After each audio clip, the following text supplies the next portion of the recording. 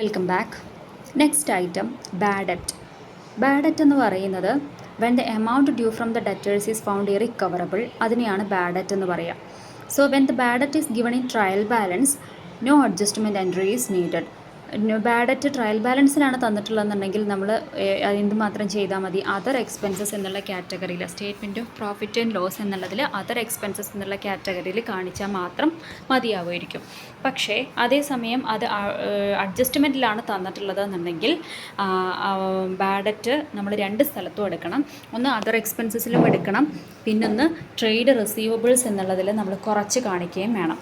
അതായത് current asset, balance ഷീറ്റിൽ current അസറ്റ്സിൽ trade receivables എന്നുള്ളതിൽ ഡെറ്റേഴ്സിൽ നിന്ന് കുറച്ച് കാണിക്കുകയും വേണം ബാഡ് ഡെറ്റ്.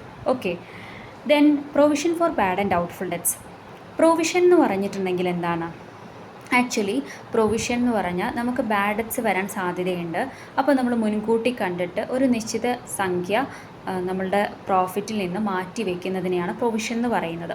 ഓക്കെ, സോ എല്ലാ വർഷവും നമ്മൾ പ്രൊവിഷൻ മാറ്റി വയ്ക്കും. So provision appearing in the trial balance എന്ന് പറഞ്ഞാൽ ലാസ്റ്റ് ഇയറിൽ, കഴിഞ്ഞ വർഷം നമ്മൾ മാറ്റി വെച്ചിട്ടുള്ള പ്രൊവിഷനാണ് ട്രയൽ ബാലൻസിൽ നമുക്ക് കിട്ടുക. ഓക്കെ, സോ ഈ ഒരു പ്രൊവിഷൻ, ട്രയൽ ബാലൻസിലുള്ള പ്രൊവിഷനെ നമ്മൾ എന്താണ് ചെയ്യേണ്ടത്? അതായത് ഓപ്പണിംഗ് പ്രൊവിഷന് നമ്മൾ ചെയ്യേണ്ടത് അതർ എക്സ്പെൻസസ് എന്നുള്ളതിൽ നിന്ന് കുറച്ച് കാണിക്കുകയാണ് ചെയ്യുക. It is deducted from other expenses. എന്നിട്ട് it should be noted that when the provision for bad and doubtful debts exist, the bad debts are not transferred to statement of profit and loss. Provision ഉണ്ട്, provision create ചെയ്തിട്ടുണ്ട് എന്നുണ്ടെങ്കിൽ അങ്ങനെയുള്ള കേസിൽ നമ്മൾ സാധാരണ നമ്മൾ bad debt ഉണ്ടെങ്കിൽ എന്താ ചെയ്യുക? Profit and loss account up to bad debt എന്ന് പറയുന്ന എൻട്രി പാസ് ചെയ്യുകയാണ് ചെയ്യുക. പ്രൊവിഷൻ ക്രിയേറ്റ് ചെയ്യുന്ന ഒരു സ്ഥാപനമാണെന്നുണ്ടെങ്കിൽ നമ്മൾ പ്രോഫിറ്റ് ആൻഡ് ലോസ് അക്കൗണ്ടിലേക്കല്ല മാറ്റുക, മറിച്ച് ബാഡ് ഡെറ്റ് വന്നു കഴിഞ്ഞാൽ നമ്മൾ ഓൾറെഡി ഒരു പ്രൊവിഷൻ ക്രിയേറ്റ് ചെയ്തിട്ടുണ്ട്, അതിലേക്കാണ് മാറ്റേണ്ടത്. അപ്പോൾ provision for bad and doubtful debts account up to bad debt എന്ന് പറയുന്ന എൻട്രിയാണ് പാസ് ചെയ്യുക. ഓക്കെ, സോ ട്രയൽ ബാലൻസിൽ തരുന്ന പ്രൊവിഷനെ നമ്മൾ എന്താണ് ചെയ്യുക? അതർ എക്സ്പെൻസസ് എന്നുള്ളതിൽ എക്സ്പെൻസിൽ നിന്ന് കുറച്ച് കാണിക്കുകയാണ് ചെയ്യുക. ഇനി പ്രൊവിഷൻ ഫോർ, ഇനി ഇതിൻ്റെ കൂടെ പറയാൻ വേറൊരു കാര്യം കൂടെ ഉണ്ട്. ഈ വർഷം ക്രിയേറ്റ് ചെയ്യണ പ്രൊവിഷൻ, അതായത് കറൻറ്റ് ഇയറിലുള്ള പ്രൊവിഷൻ ഉണ്ടെങ്കിൽ, അതായത് അത് അഡ്ജസ്റ്റ്മെൻറ്റിലാണ് തരിക, അങ്ങനെയുള്ള പ്രൊവിഷൻ ഉണ്ടെങ്കിൽ നമ്മൾ ചെയ്യേണ്ടത് അത് എന്ത് ചെയ്യുക? ആ എക്സ്പെൻസിനോട് കൂടെ, അതായത് ഡെറ്റേഴ്സ് ആണെങ്കിൽ ഡെറ്റേഴ്സിനോട് കൂടെ ബാഡ് ഡെറ്റ് എന്നുള്ളത് പിന്നെ ആഡ് ചെയ്യുന്നു. അതോടൊപ്പം പ്രൊവിഷൻ ഫോർ ഡൗട്ട്ഫുൾ ഡെറ്റ്സ്, ഈ വർഷത്തെ പ്രൊവിഷൻ, പുതിയ പ്രൊവിഷനും ആഡ് ചെയ്യുന്നു, പഴയ പ്രൊവിഷനെ കുറയ്ക്കുന്നു. അങ്ങനെയാണ് ചെയ്യേണ്ടത്. Okay, then provision for discount on debtors. Provision for discount on debtors എന്ന് പറയുന്നത് നമ്മൾ ഡെറ്റേഴ്സിൻ്റെ കയ്യിൽ നിന്ന് എമൗണ്ട് കൃത്യമായിട്ട് കിട്ടാൻ വേണ്ടിയിട്ട്, പ്രോംപ്റ്റ് പേയ്മെൻറ്റിന് വേണ്ടിയിട്ട് ഡെറ്റേഴ്സിന് എന്ത് കൊടുക്കും? ഡിസ്കൗണ്ട് കൊടുക്കും. സോ അത് നമ്മളെ സംബന്ധിച്ചൊരു എക്സ്പെൻസാണ്. സോ ഈ ഡിസ്കൗണ്ടിന് നമ്മൾ കൊടുക്കുന്ന എമൗണ്ടിന് നമ്മളൊരു പ്രൊവിഷൻ മാറ്റി വയ്ക്കുന്നുണ്ട്. അതിനെയാണ് provision for discount on debtors എന്ന് പറയുന്നത്. അത് നമ്മൾ പിന്നെ provision for bad and doubtful debts പോലെ തന്നെയാണ് ട്രീറ്റ് ചെയ്യുക. അതായത് പ്രോഫിറ്റ് ആൻഡ് ലോസ് അക്കൗണ്ടിൽ ഡെബിറ്റ് ചെയ്യുകയാണ് ചെയ്യുന്നത്. അതിന് നമ്മൾ എന്ത് ചെയ്യുന്നു? ആ പ്രൊവിഷനെ ആഡ് ചെയ്യുന്നു. നമ്മുടെ ഡെറ്റേഴ്സ് ഏതാണോ ഐറ്റം, ഡെറ്റേഴ്സ് ആണെങ്കിൽ ഡെറ്റേഴ്സിനോട് കൂടെ ആഡ് ചെയ്ത് കാണിക്കുകയാണ് ചെയ്യുക. Okay, then provision for discount on creditors.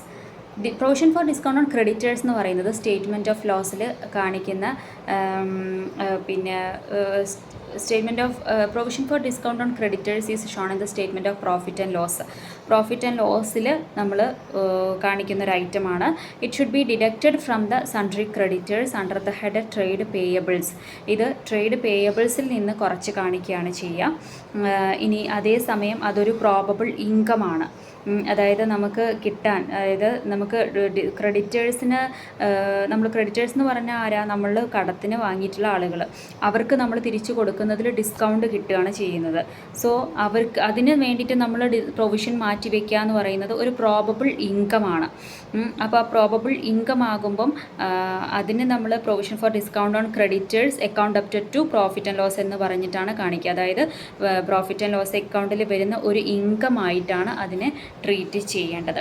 So provision for discount on ക്രെഡിറ്റേഴ്സിനെ നമ്മൾ അതർ എക്സ്പെൻസസ് എന്നുള്ളതിൽ നിന്ന് കുറയ്ക്കുന്നു.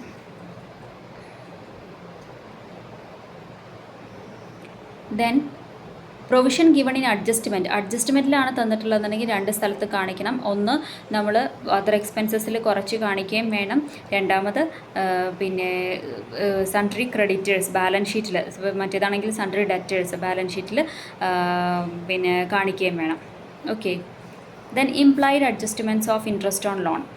ഇൻട്രസ്റ്റ് ഓൺ ലോൺ എന്ന് പറയുന്നത് ഔട്ട്സ്റ്റാൻഡിങ് ഇൻട്രസ്റ്റ് കൊടുക്കാനുള്ള ഇൻട്രസ്റ്റ് കൊടുത്തിട്ടില്ല, അങ്ങനെയുള്ള ഐറ്റത്തിനെ നമ്മൾ ഫിനാൻസ് കോസ്റ്റ് എന്നുള്ളതിൻ്റെ അണ്ടറിലാണ് ഉൾപ്പെടുത്തേണ്ടത്. അതായത് സ്റ്റേറ്റ്മെൻറ്റ് ഓഫ് പ്രോഫിറ്റ് ആൻഡ് ലോസിൽ ഫിനാൻസ് കോസ്റ്റിലാണ് ഉൾപ്പെടുത്തുക.